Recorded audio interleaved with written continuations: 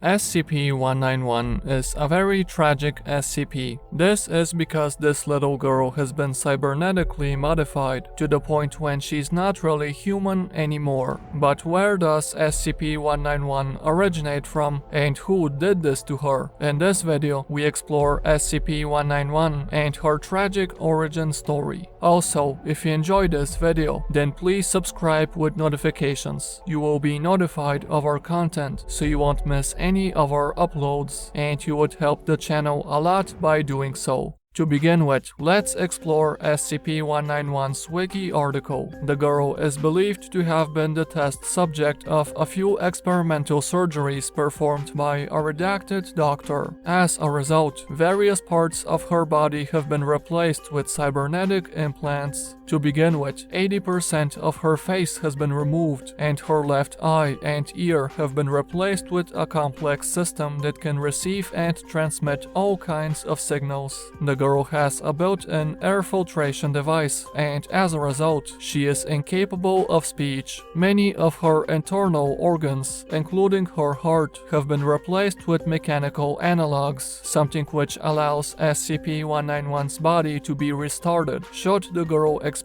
Also, her digestive system has been completely reconfigured to the point when food intake is unnecessary, and according to the doctor's notes, this was done to provide extra space for more important components. And unexpectedly, all these modifications have led to serious issues, which the Foundation tries to combat using hormone therapy. Also, SCP-191's right hand and right foreleg have been replaced with artificial components consisting of steel, carbon fiber, and an unknown substance. But all the changes we mentioned so far are nothing compared to the next one. This is because a 24-core processor has been implanted in her brain, which can receive inputs from artificial components, allowing SCP-191 to read and write computer data without the use of an external interface. However, her brain stem was damaged during the implantation, something which has severely damaged 191's motor skills. Also, an input-output device has been planted into her forearm, which allows her to connect directly into a computer. This device includes formats such as USB, Ethernet, Firewire, as well as 7 other interfaces corresponding to no known formats. And finally, at least 15 other alterations of unknown purpose have been made. Of course, the Foundation took an interest in her ability to communicate with computers, so many tests have been conducted. On one occasion, 191 was tested with Microsoft Paint, and when she was shown a photograph, she was able to replicate it within seconds using the pencil tool, creating indistinguishable copies. Also, after the test, she continued to draw and made 2 other pictures. The first one will be explored a bit later, and the second one depicted an adult and a girl trick-or-treating, but the girl is wearing makeup similar to that of Frankenstein. Moving on, in another test, 191 was asked to play a popular Wii game, but she unintentionally broke the game disc.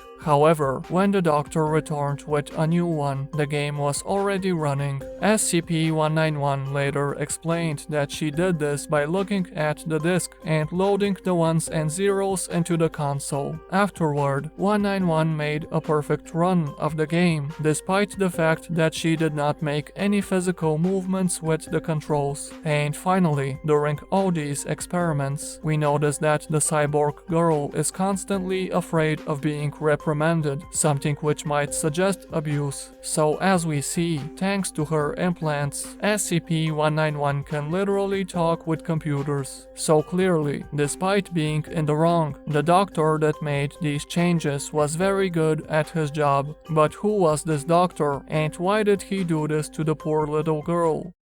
To begin with, in SCP-191's document, it is stated that the girl was discovered during a collaborative effort with the Global Occult Coalition. A raid was conducted on the laboratory of a redacted doctor, who was a suspected member of a redacted organization. As a result, SCP-191 was discovered, but the girl was the only remaining test subject because all others were either disposed by the doctor or were eliminated cited by the MTF personnel for their hostility. Also, it is stated that the unknown doctor, who is presumably SCP-191's creator, expired during the raid, and this information is also confirmed by the pictures the girl drew during the Microsoft Paint experiment. This is because the first one depicted SCP personnel pointing weapons at a man that is about to take his own life. Also, it is stated that pretty much all of the documentation within the laboratory was destroyed, except a burnt notebook consisting of cryptic messages regarding a higher purpose. So clearly, the crazy doctor that made SCP-191 knew too much and didn't want the Foundation to get a hold of this information, which is why he destroyed all the evidence and took his own life. So is this it? We will never know the full story. Well, not necessarily, because 191 is featured in a few SCP documents that can help us piece everything together. To begin with, during an online investigation for anomalous content, the Foundation's dark web crawler discovered a dark web series, which was a breach of security. This series was a sitcom set in Site-17, which featured numerous characters based on real SCPs.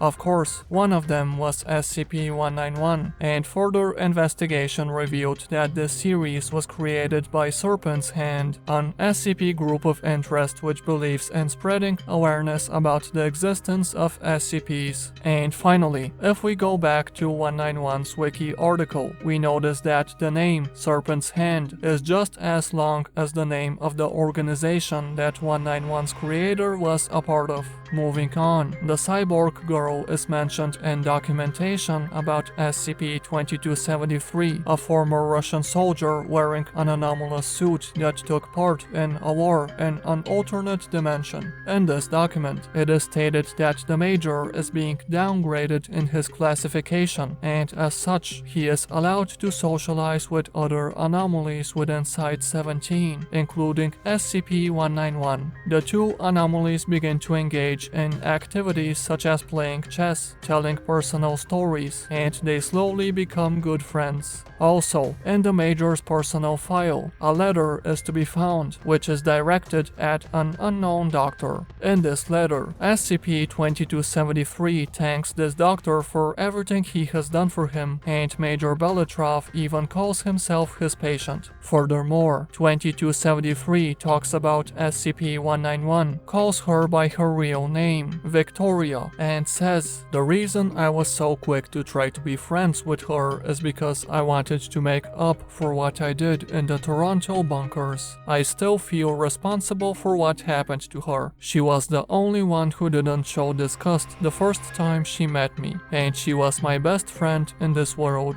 And finally, we notice that the name of the doctor that Major Belitrov is talking to appears to be just as long as the name of the doctor that made SCP-191. As such, it's definitely possible that 2273 was talking to the Cyborg girl's creator. Alright, let's piece everything together. We learn that SCP-2273 and 191 have known each other since before their containment, and that at some point they both had contact with a doctor that was a member of the Serpent's Hand. Based on SCP-191's memory about the trick-or-treating and the fact that she had no implants back then, we can assume that 191 had a normal upbringing. Also, very few people would dress their little daughters as Frankenstein for Halloween, and you would have to be obsessed with this novel to do this. And given the fact that the Cyborg girl can be compared to Frankenstein's creation, then it's definitely possible that the doctor who operated on 191 was actually her father. Not to mention that the Cyborg girl showed signs of abuse, something which matches the brutal operations this doctor conducted. And finally, we come to Major Belitrov. You're probably wondering, if SCP-2273 originates from an alternate dimension, then how did he and SCP-191 meet before their containment? Some of you might know that many members of the Serpent's Hand are actually anomalous and that they're based in an anomalous location called the Wanderer's Library, which can be accessed through many different portals in different worlds. As such, it's possible that SCP-191's creator and father used materials and technology from other worlds during her creation. And if this is the case, and if he took SCP-191 with him into an alternate reality, met 2273 and helped him during the war, then this would explain how the two SCPs met and why SCP-2273 is so thankful. So as we see, 191's tragic story is a lot more complex than it appears, and ironically, SCP-191's best friend, Major Belatrov, does not know about her past because she's probably too scared to tell him, and instead, 2273 is thankful for the man that abused his best friend, if only he knew. If you enjoyed this video, then watch our top 5 SCP children video, and make sure to subscribe so you don't miss any of our upcoming videos.